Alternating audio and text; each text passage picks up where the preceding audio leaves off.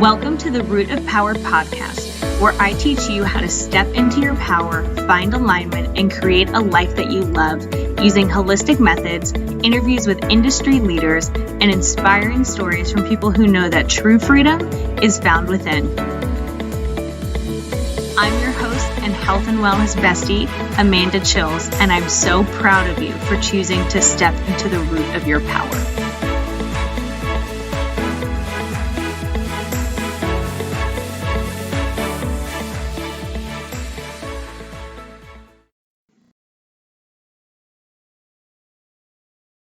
Hello, podcast fam. We are here with a total powerhouse of a woman who really puts her energy and time into empowering other people to rise above their circumstances, do what needs to be done to take control of your own life. So we are here with Tiffany. Hello. Hey there. Thank you for having me. So excited to be here and flattered to be called a powerhouse. You are, ma'am. Just listen. Y'all don't know yet, but after you listen to this episode, you're going to be like, damn, Amanda, you were right. She's a powerhouse. Now, how do you pronounce your last name? So my last name is hyphenated. It's Huff. And then my second last name is Strothers. I always say Strothers like brothers. Okay. So Tiffany Huff Strothers, tell us who you are.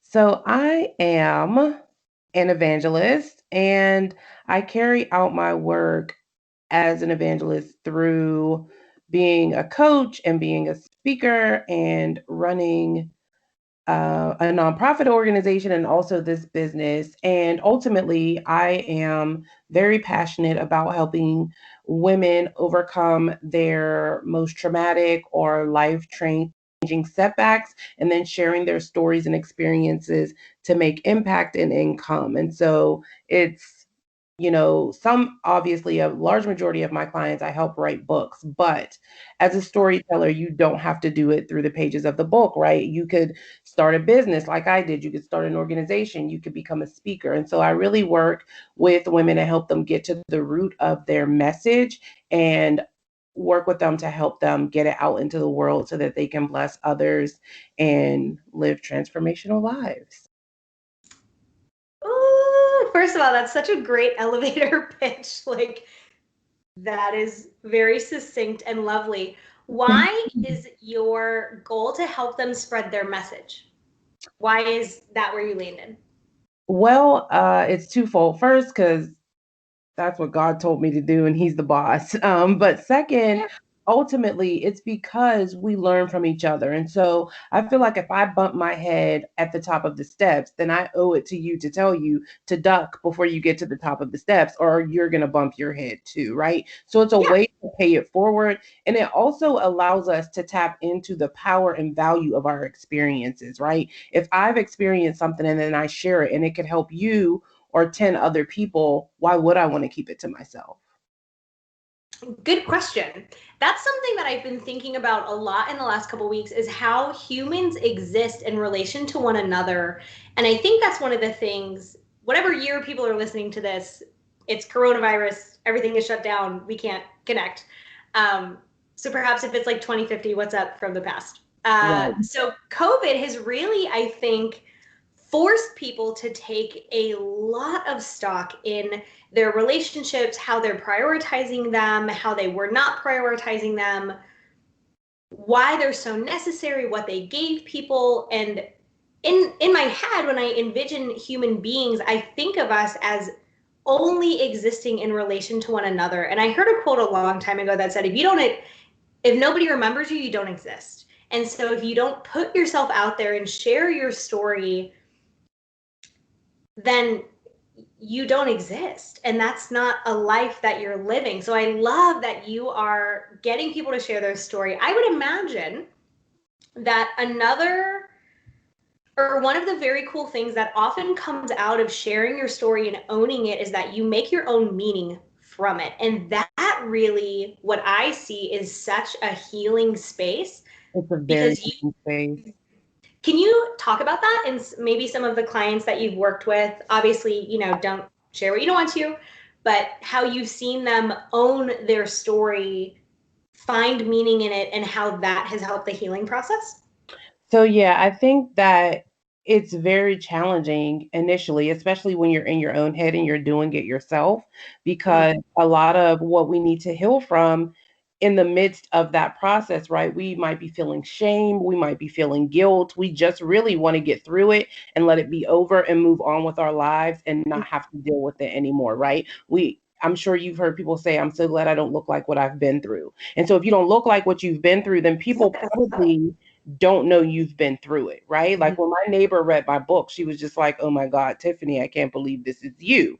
But Yeah. that's the reason why we have to share, because we've been so stigmatized by what we need to heal from, right? And so my work is really centered around not feeling like you have to be a victim, but being able to celebrate your victory. And if you don't recognize the power of what you've had to heal through, then there's no victory to celebrate.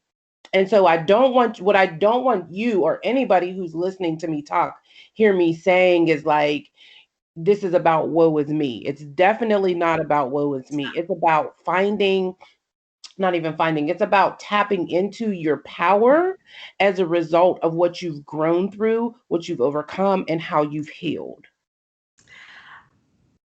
For anyone who's listening, please go back and replay what she just said because I'm over here like screaming internally.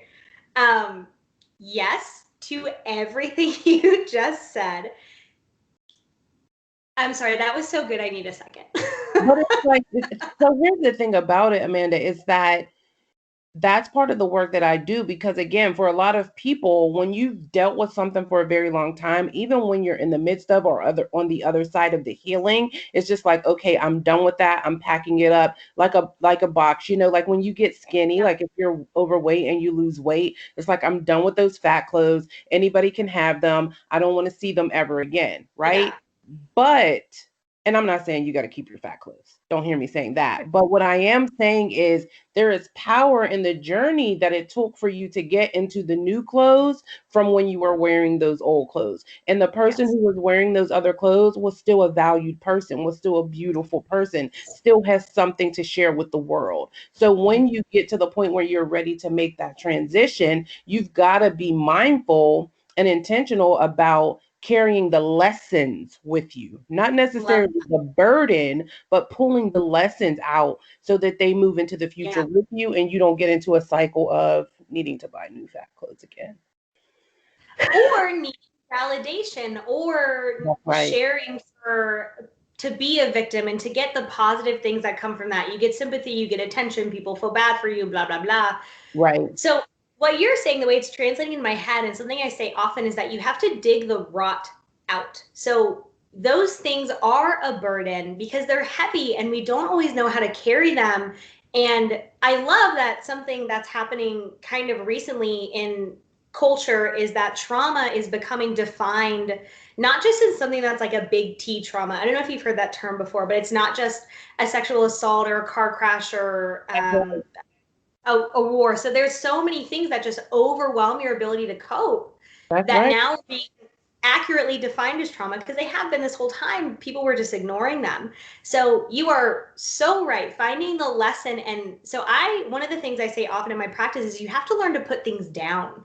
Not that they change or we Mhm. solve them or they're different. They're just no longer ours to carry, or we figure out a way. So I often say something like, imagine you're carrying all of your stuff in a bag and you're having it over your shoulder, but it's heavy and you're climbing a mountain and it gets caught on stuff and it's just really hard. What owning, finding the lessons allows you to do is it doesn't change what you went through, but it's like putting all that stuff in a wagon. So now it's way Mhm. easier to carry. If it's going downhill, you just shove it downhill and you meet it at the bottom. You do so much That's less good. work carrying what you're carrying, and sometimes you just put it down because you don't need it anymore. And one of the ways to do that is to own your story and to say, you know what, I may have been through it, but my survival rate for the worst days of my life is 100%, Oh, yes. and And that's pretty good. it's very good. And so I don't know if you want to go here now, but I'll share that there are 3 questions that I Please. generally ask my clients to get them to the point to understanding and seeing and having the clarity about the power and the value in what they've Hmm, experienced. And so, for anybody who's listening, grab your journal or your notebook and jot these down or press please. pause and go and get it. So, the first one is, what have I learned from this experience, right? Love that. Because if you are able to vocalize what you've learned, it's much different than saying, this is what happened to me. Mm, This is mm, why, I'm this way. It's like, what have you learned from this experience? Being able to answer the question that way makes it a positive thing as yep. opposed to a negative thing and, victimizing yourself all over again. That's the first question. And generally, I have people list at least 3 lessons, right? I like the number Love 3. it. The Yeah. second question is, how has what I've learned, how has what I've experienced transformed me, right? Another thing people love, the transformation. How did you get there? How did you do that? And so if you're able to pull that out, then that again is something you can lead with. And that also helps you to tap into the how powerful and enriching and transformational that experience was, even if it wasn't the best experience Yeah. while you Even were if it going sucked. through it. And then the third question is like, is this the right time and context for me to share this, right? Mm, Obviously, some people are going to be greater impacted from what you have to share than others. So is it the right mm, time? Are these the right people? And for anyone who's listening who's been challenged by sharing their story, tapping into the power, I can tell you right now in 2020, people need to hear more stories of overcoming and inspiration and I can do it, you can do it than mhm. ever before. Yes. It is the best way to support someone in going through something challenging. And in some way, shape, or form, everyone's being challenged in a new way in 2020. Oh God, amen. 100%. So it sounds like your process allows people to say, why did this happen for me instead of to me? That's right. And Or that's how we another find way a lesson. to, yes, another way to ask that question is, what am I supposed to take away from this? Hmm. Right? I feel like sometimes when we ask why, we get down a rabbit hole. But it's like, what am We I can. supposed to take away from this? What is this Yeah. supposed to be teaching me? Right? Or Mhm. what am I supposed to be teaching someone else from this experience? I say often that grief and darkness are also a gift. Oh, absolutely. The challenge, though, is that we are very rarely warned about the grief that comes with growth, right? We want to Yes. grow and we want to be better versions of ourselves and all of those things, but there's grieving that comes with that. There are Hmm. things that you're going to have to release to be able to Yep. get on the other side of that.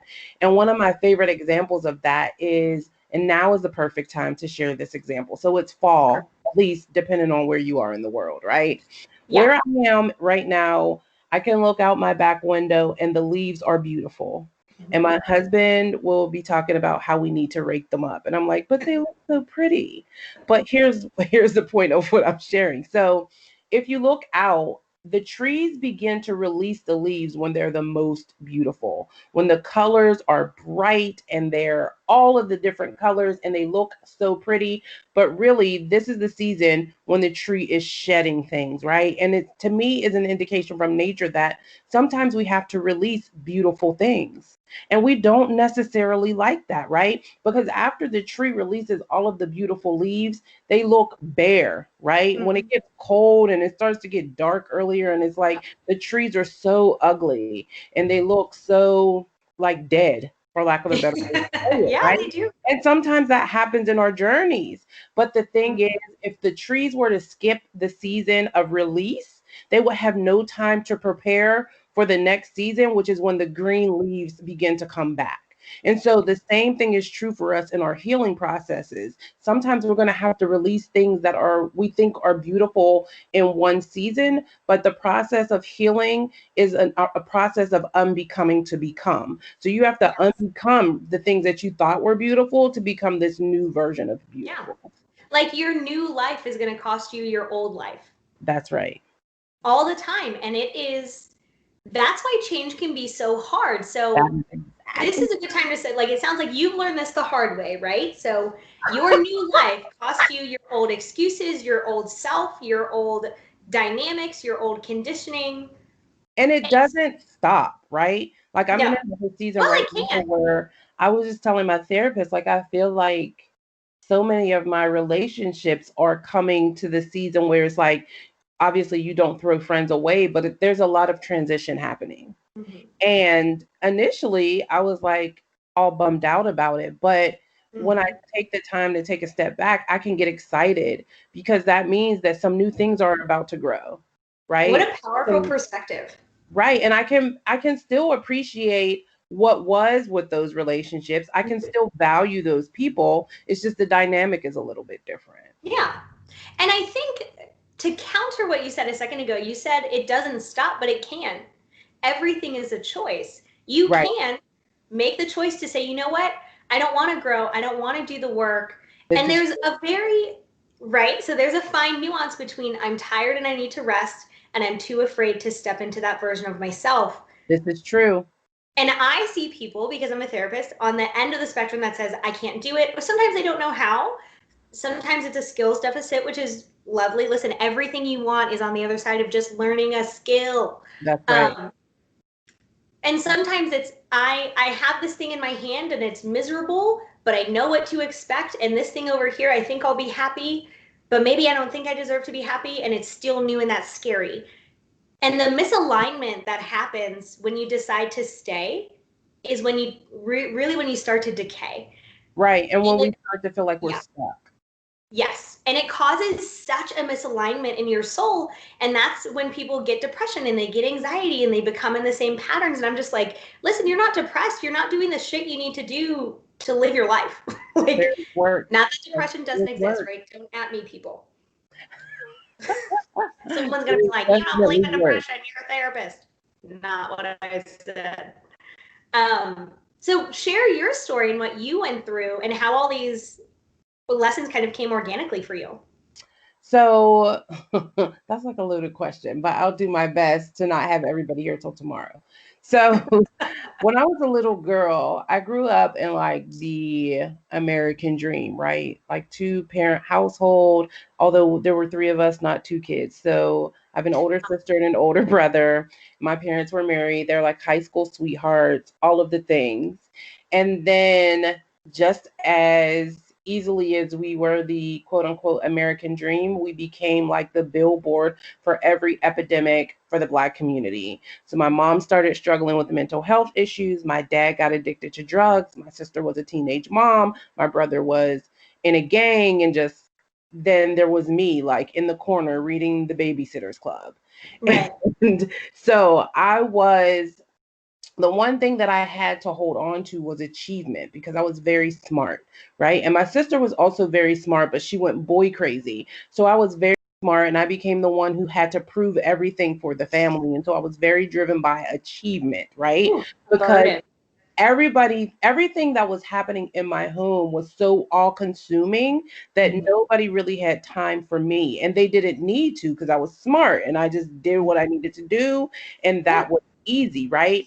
The challenge, however, came when I got into this relationship in high school because there was nothing that I attempted that I did not succeed at. And so when I got into this relationship and things started getting rocky, I convinced myself that if I worked harder, it would work. Uh, Because everything I do, right? And my mom always told me, my parents always told me, like, if you work hard, you can have whatever you want. You can do mhm. whatever you want to do. You can become whatever you want to become. And we have to be careful about the lessons we instill in our children and each other because it works the other way. I was Right. committed to making this relationship that was never supposed to work.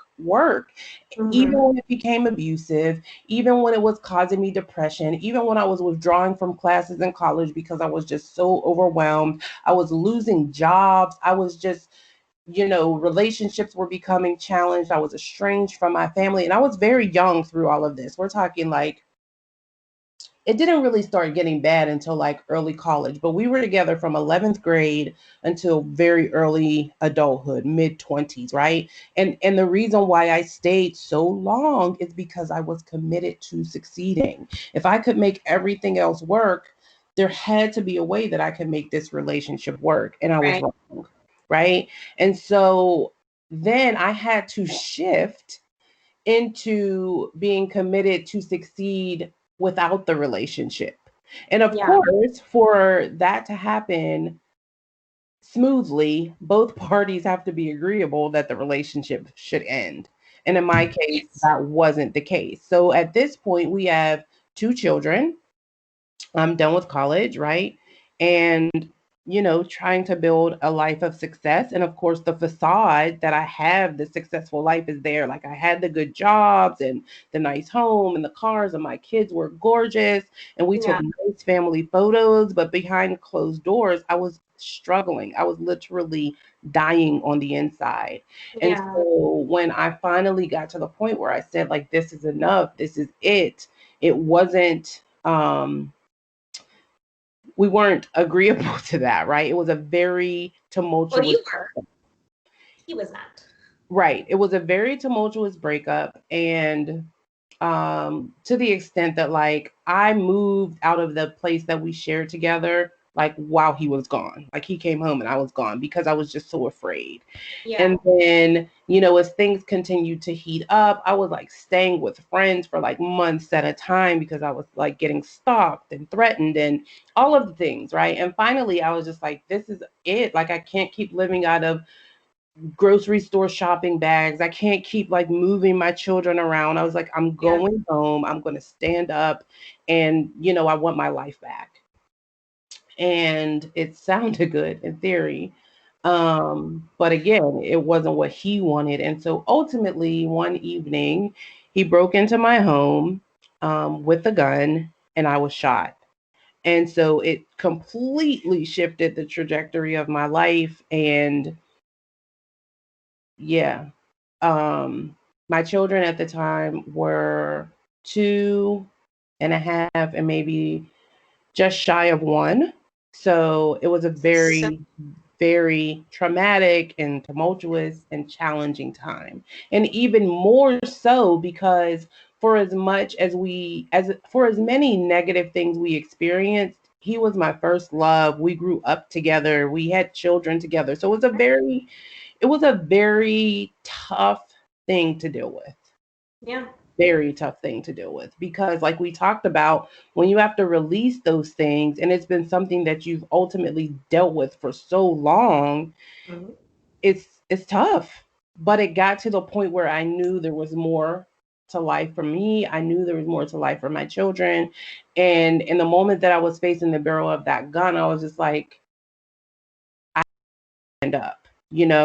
I have to. There was a point where we were engaged in like the struggle, and I like when people tell you or you see in the movies and they say like their life flashed before their eyes, they don't make that up. That's Yeah. real.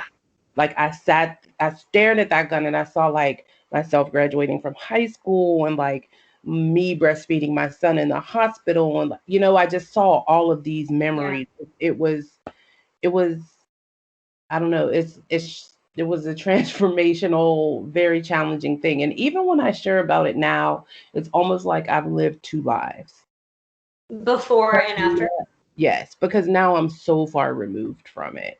So Yeah. that kind of is like the build up and like the blow up, if you will. And then kind of the aftermath of that was like I was very overweight at the time, just the stress of having two children very close together, and of course the stress of dealing with all of the trauma with the relationship. I ended up very shortly after, in the midst filing bankruptcy. So I was financially just disgraceful. And then after that happened, I was displaced because I was afraid to go home. So I was ultimately homeless. I ended up in a domestic violence shelter with my children. I couldn't walk for several months because my femur was shattered with the bullet. It was just, He shot you in the leg. yes. So what happened was at one point we got into a struggle. We were standing up and we got into a struggle. And I took the gun from him. I always say all of the Lifetime movies I watched, they never helped me. So I I got the gun from him and then I like panicked. Like, oh my gosh, I have Right. the gun. And while I'm trying to figure out what to do with the gun, he's like, oh, she has the gun. So he pulled it back from me. And when he pulled it back, he pulled it from the trigger and it went off. There was no safety on Oh, the gun. So Jesus. thankfully, because of the way we were kind of like in a tug of war, it was pointing down. And so while it was, an injury, it wasn't as severe as it could have been. Now, what happened to him? And then we'll move forward. So initially, he was like on the run, which was part of the reason why I went into the shelter because Sure. we had been together for so long. You know what I mean? There was nowhere I could go that he would not Right. have known. I was displaced from our home, and I was just very. Once I got out of the hospital, I was just very anxious. Right? I was And for very people that anxious. don't know, who have never experienced working with a domestic violence shelter, they often have shelters where they work extremely hard to protect the address. It's They never did. posted. Only a certain number of volunteers are If allowed to someone even comes to know pick where you this up, they place have to have is. like a passcode, Yes. and like you're not supposed to get picked up in front of the Right. location. Like you're supposed to go across the street or around the corner to like a local business. And of Yep. course, that was challenging for me because, like I said, I was on a walker for a long time. Then I had a wheelchair, and of course, both of my children were like under 2, so it was very challenging. Right. Um, but yeah, so after he ended up going to jail. Okay. So when before we pressed play, um, we had discussed your journey from a very unhealthy, abusive relationship into a healthy relationship. So I have a lot of clients who are going through that and they're like wigged out by how strange it feels to be treated with respect and with kindness and to not have someone blow up or always have to walk on eggshells. So what was that process like for you? Well, what I will say is that first and foremost, even before you attempt that, it's very important to spend some time with yourself and get to know Yes. yourself as a single person again and enjoy that. I think for a long time for me, I spent time in the relationship wanting to be single. And then I actually was single and had an opportunity to enjoy that. And then I felt like, okay, now I'm ready to potentially be in a Yeah. relationship, right? But I can tell you that when I got married, one of the things my husband always had to say to me was, Tiffany, we're on the same team. This is not a fight. We're working together. I can give you an example.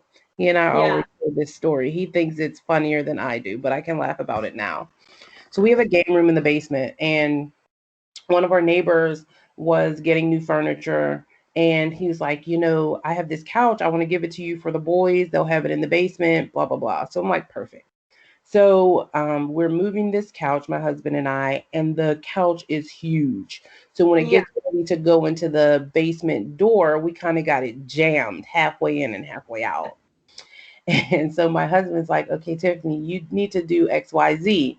And I was like, okay. And then it still was jammed. He's like, I'm kind of getting tired. I don't think you're listening to what I'm saying to do. And so I was like, you know what? You can just go upstairs and I'll move it myself. And he was like, Tiffany, like, are you like, you don't have to do, first of all, you don't have to do anything by yourself anymore. Number one. Which is weird. Are you really going to put this couch on your back and move it? And honestly, Amanda, it's my go-to instinct. Right. And the reason is because I I felt for so long that I was violated in that other relationship that I've taken a stance now where I refuse to let anyone else violate me in that way. I will exert my strength, I will exert my power, and I will, there's a wall there. And so Yeah. that was probably the hardest part for me, was first to let him in and Yeah. then to bring that wall down, because the last Mhm. time I brought that wall down, it was Shot. used against me. Right. Yes. So I think that's a lovely way to frame. So extreme independence is actually a trauma response. So not only Mhm. did you have to deal with yourself when you were a child in your family dynamics where children in an ideal world should not have to do that. You had to, but in a healthy family dynamic where the trauma is not being lived, children should be interdependent. They should be able to rely on their parents, and it sounds like you being the youngest learned pretty early, like, oh, there's so much chaos that I'm just going to not cause any, and I'm just going to Yes, do things myself. So you yes, have a lifetime of only depending on you. Well, depending on the your ex, who not not the most healthy choice, but right, it wasn't. It sounds like it was. There were good times as well, and right. so it makes sense that your reaction was to kind of swing to the other side and to say, I can only depend on me. I'm never going to be let down like that again. And all of those things are trauma responses. So not Yes, only do you have to be aware of them, which is its own hurdle, but being aware of them and not judging yourself so that you can say, you know what, maybe this serves me in some capacities, but it doesn't always serve me.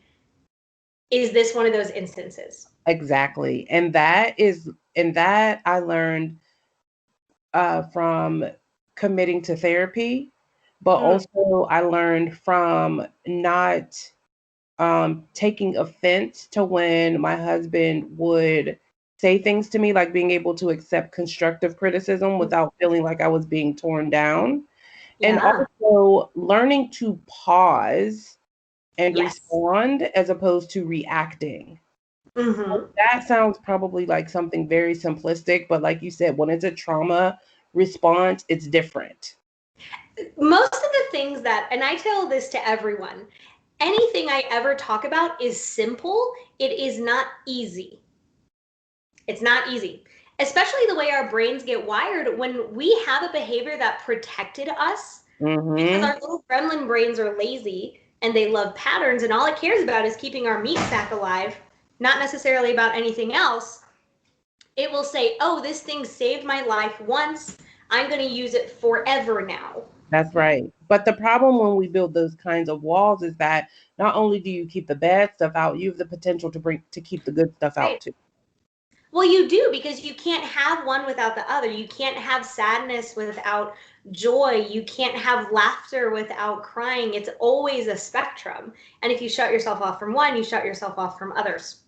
So you have gone through this whole, traumatic childhood, struggled with so many things, went to college, had that huge trauma. How did you transition into what you do now? How did I transition to what I do now? Well, Other I'll than be sometimes honest, blind luck.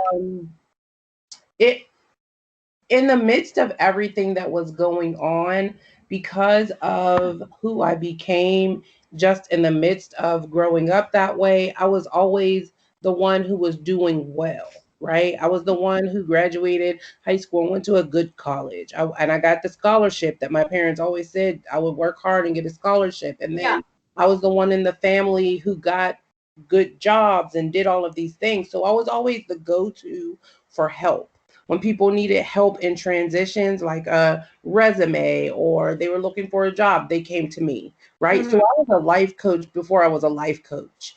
And it was a gift for me to be able to know what questions to ask people so that I could help them get from where they were in transition to where they wanted to transition to. And I had a love for writing. So it was a natural progression for me into the life coach space.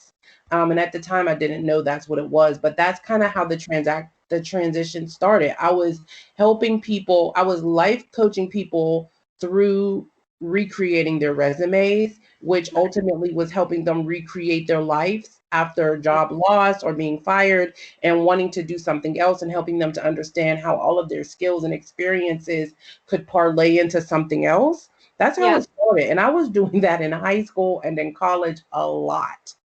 And that's kind of what opened the door to the transition. And then once I started to share my story, it opened it up to beyond, family and friends and the people who they referred to, people who had more traumatic experiences or more abrupt transitions that they were trying to work through, Yeah. and being able to help them through that. That's kind of the foundation for it.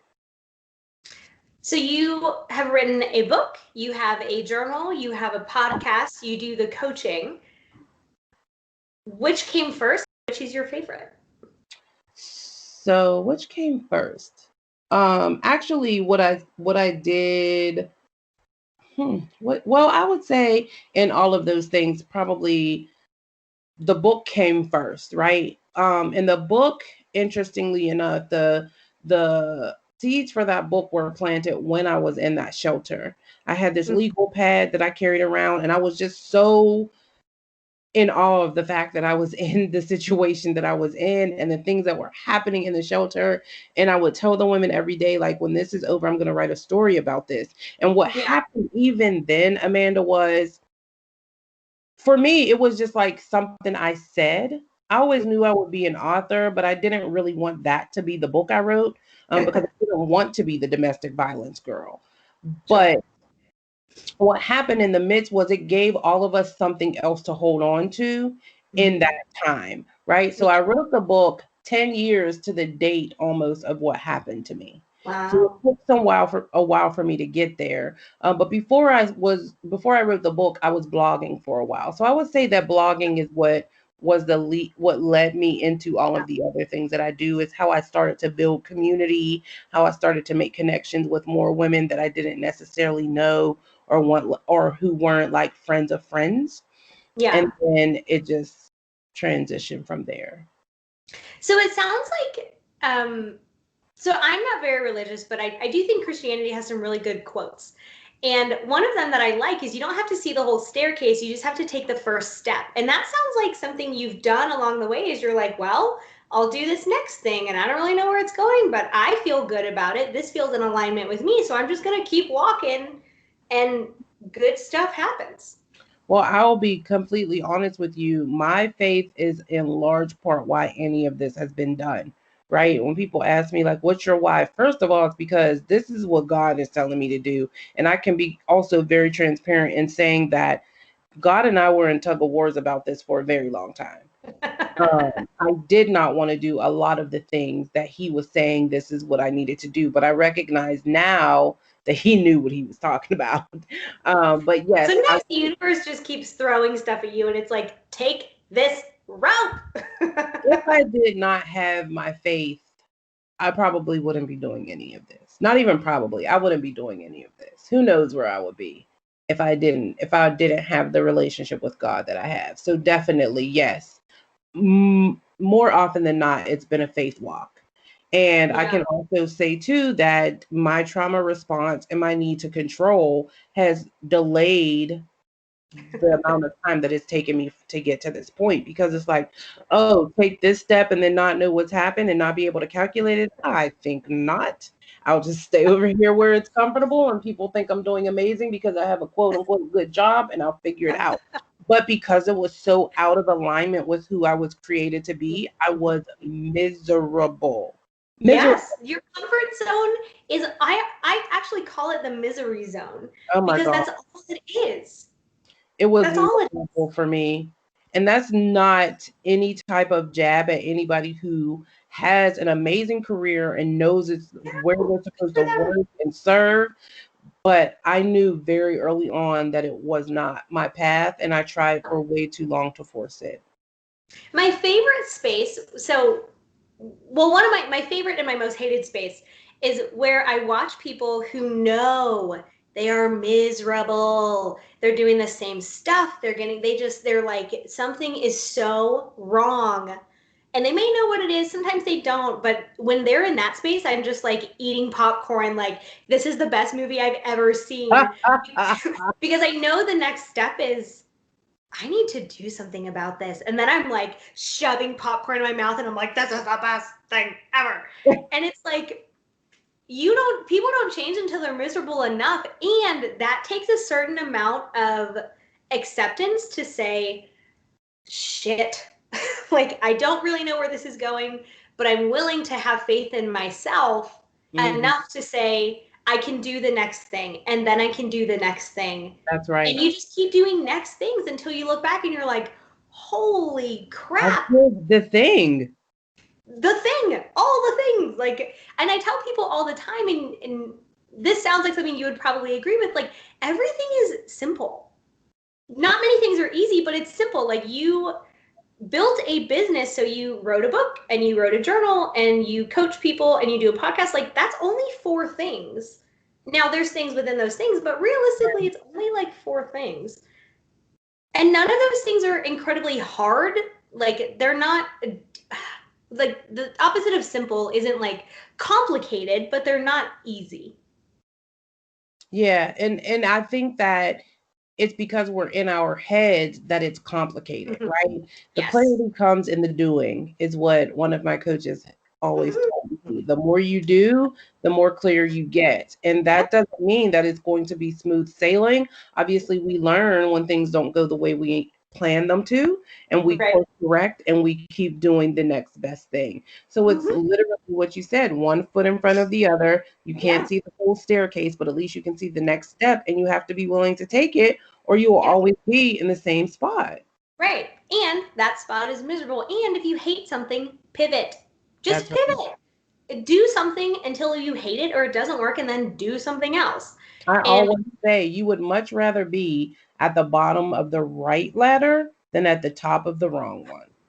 ooh, please do a book of quotes. I love these.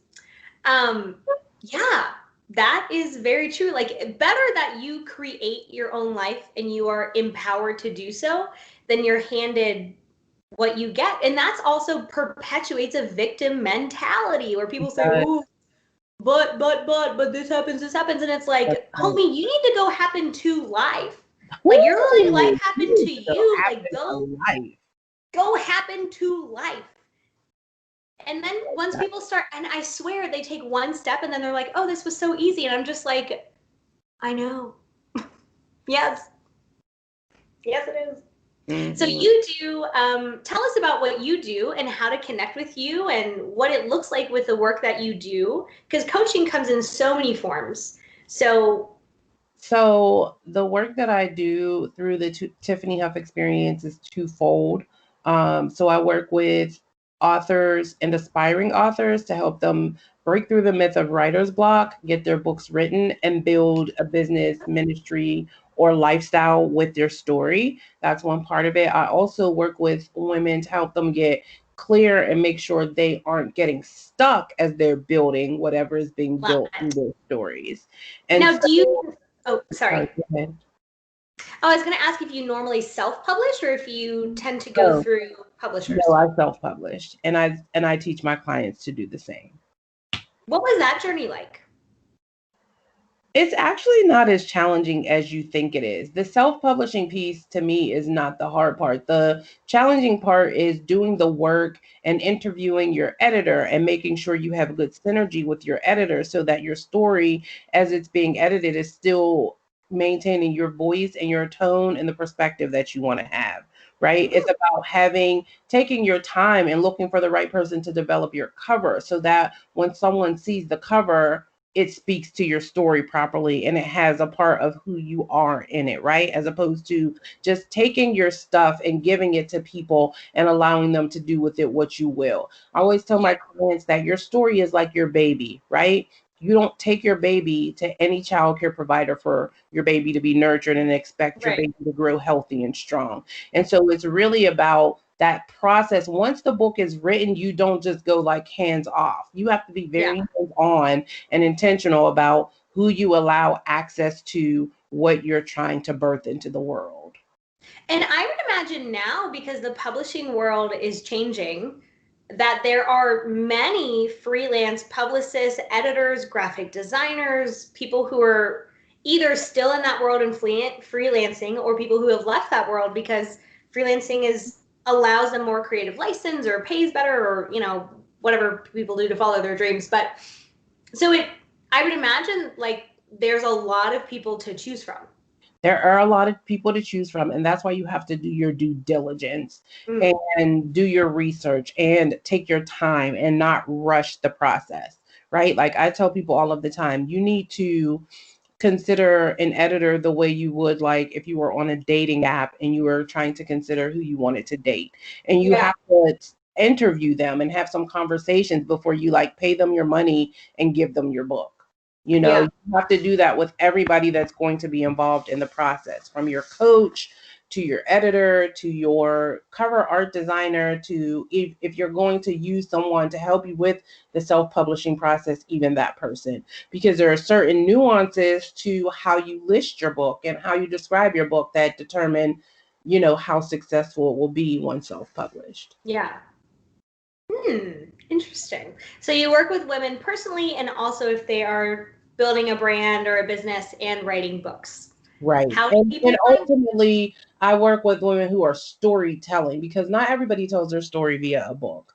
But Yeah. I really work with women who have had, and I'm very niched. So I work specifically with women who have a personal story to share and want to use it to build something else with it, and helping them to really tap into the root of their message Mhm. and using that to build.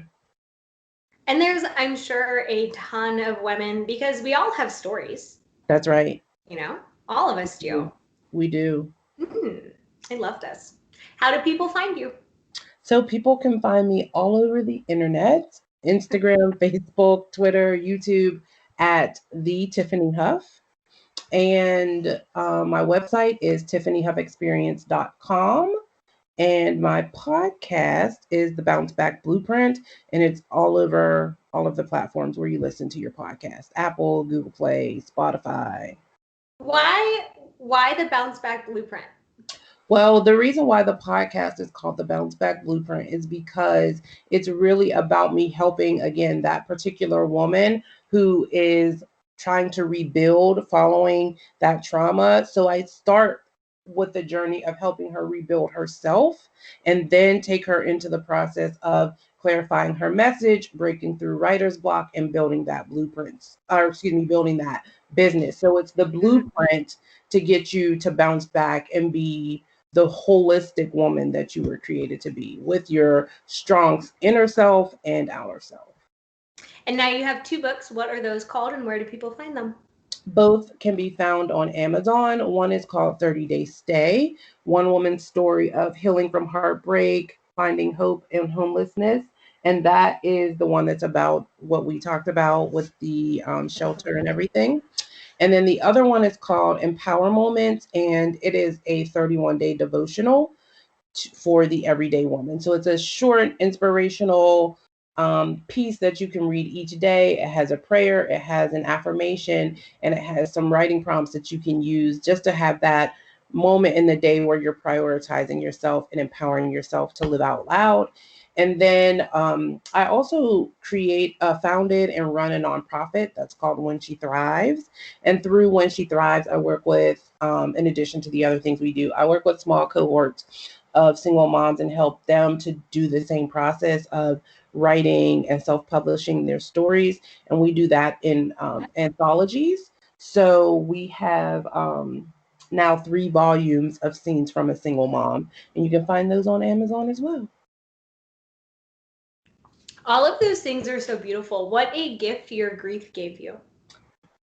Yes, absolutely. I'm So in if awe you were of it gonna, every oh, day. go ahead. No, I was just saying I'm in awe of it every day, like that this is now my life. It is a pretty dope life. Thank So you. if you were gonna leave our people with one thing that you just, if they hear nothing you say today, what do you want them to remember? Mm. Well, I think the one thing that I want everyone to remember is that if you are walking around with a story inside of you that has the potential to impact others greatly, that you are responsible for someone else being stuck when you choose to be stuck. Someone else's blessing, someone else's breakthrough is assigned to your story, and you're responsible for the way that you steward it. And I I hope that after this conversation, you will take some time and reflect about how you're stewarding it and how you can be a better steward of it for the betterment of the world. Powerful. Okay. Thank you so much. You are beautiful. We'll have links to everything so everyone can find you and your books and all of Awesome. the other. Oh, so I will press stop record and then we can jam. Thank you so much. No, dude, thank you.